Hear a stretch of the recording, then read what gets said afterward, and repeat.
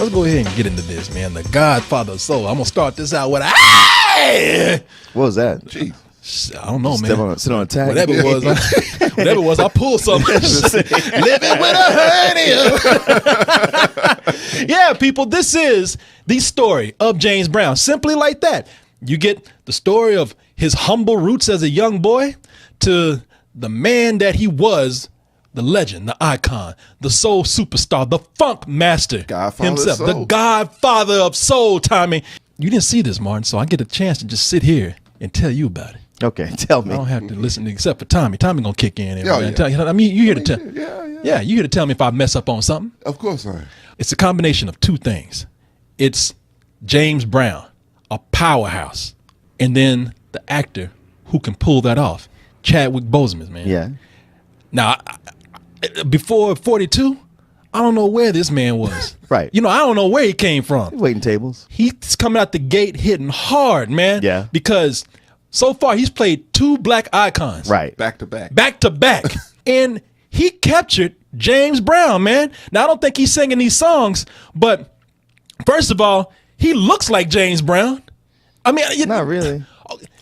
You see, that's the I thing, thought Mark. the same thing. That is the true testament of somebody who can capture an iconic figure. When they don't look like them, when you see them in little spots here and there, but when you see the movie and they suddenly transform into that person, you're looking at this and you really do think that you are looking at James Brown. This man captured it. Now, he's not singing this, but he's capturing the dance moves. He's got the rhythm down. He's got the voice. You know, everybody come in and do James Brown. All I gotta do is just, put a little scratch in your voice and talk real high and dancing real fast. That's more Eddie Murphy. That's an okay James Brown. Was it? Yeah, it was all right. Okay. It's okay, right? I mean, Okay. Yeah, let me hear yours. Okay, That's all I got. That's it. no, as you that's what it would. constipation. No, as you getting fucked in the ass. All right, Martin, you know every goddamn thing. Let me hear your James Brown. I know every goddamn thing, but that doesn't mean I can do every goddamn. Let me hear your James I Brown. don't know James Brown. You don't? I don't. Then shut the fuck up. No. It doesn't lean too heavy on the serious side.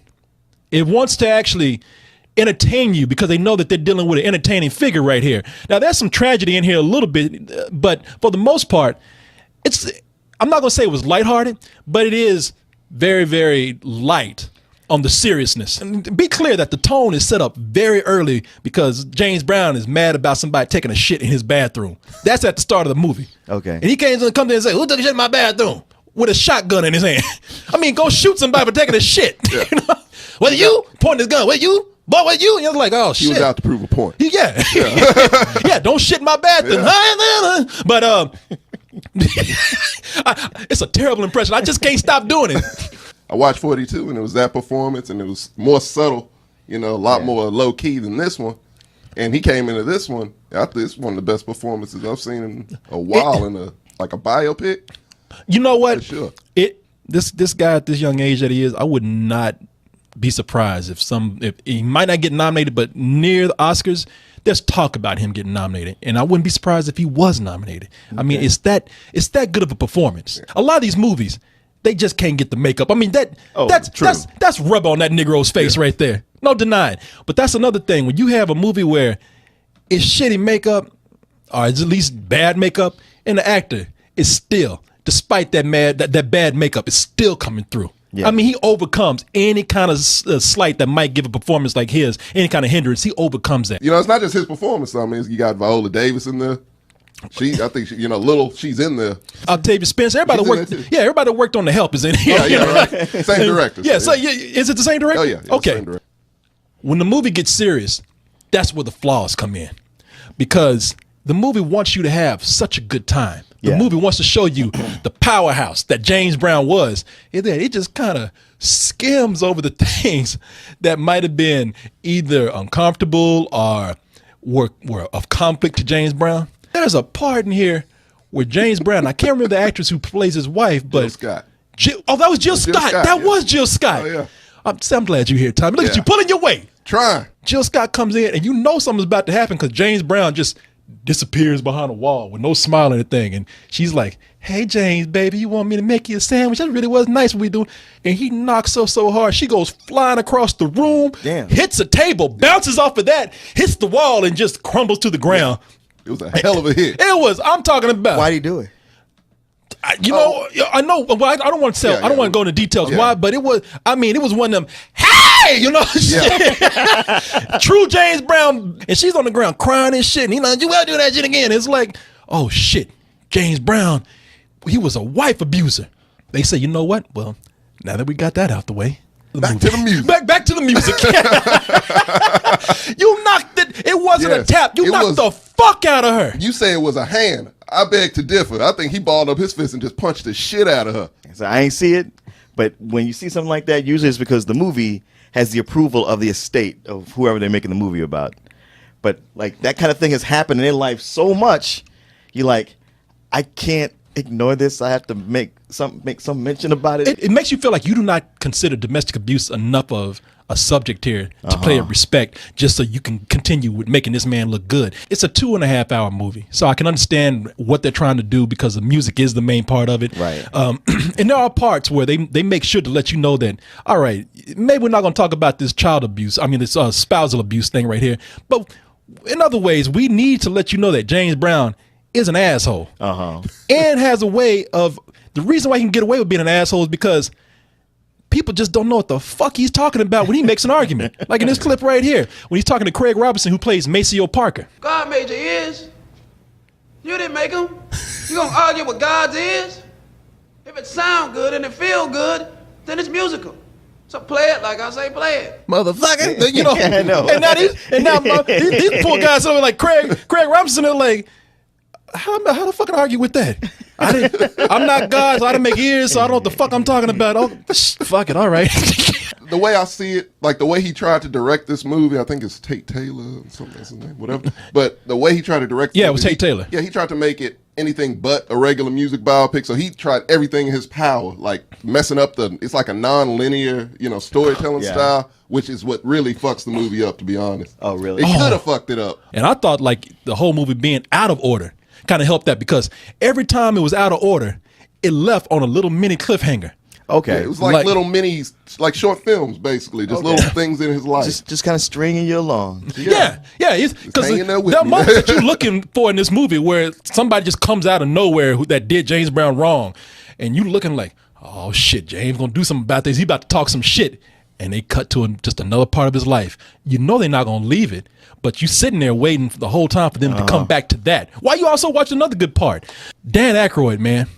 Oh, yeah. Dan What about Aykroyd. Dan Aykroyd? Yeah, Dan Aykroyd plays Ben Bart, who is pretty much his agent. Yeah. And they become real close.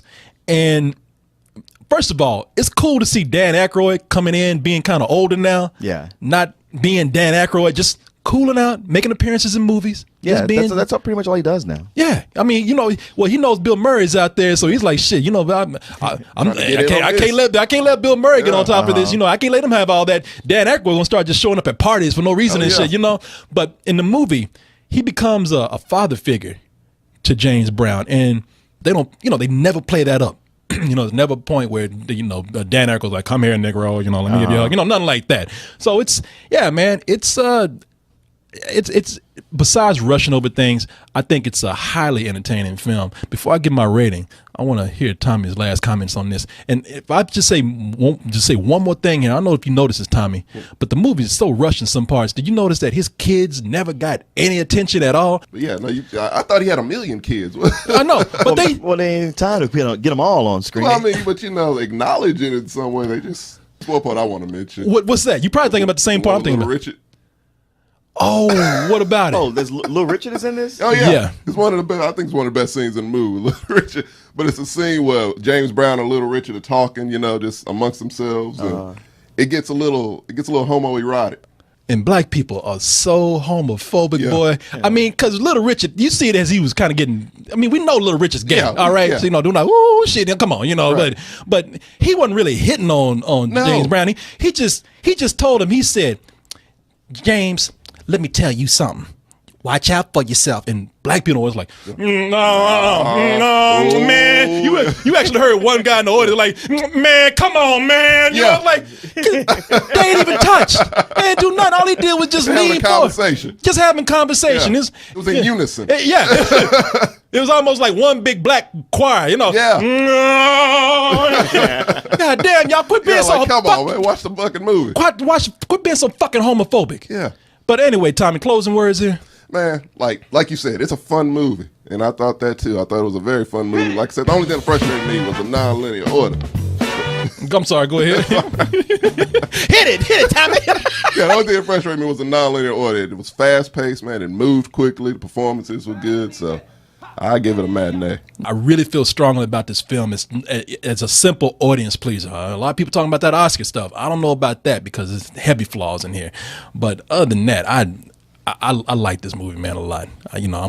Shit make me want. Look, I got this towel right here. I love this movie, boy. I can make this. You're not expecting one of us Bird right here. You're not expecting one of us to drape that over you. Y'all gonna put this cape on me? Hey. You've been with him. You know what? Watching this movie, you know what I thought of? Corey and Martin. No matter how much of an asshole he is, you still stick with him.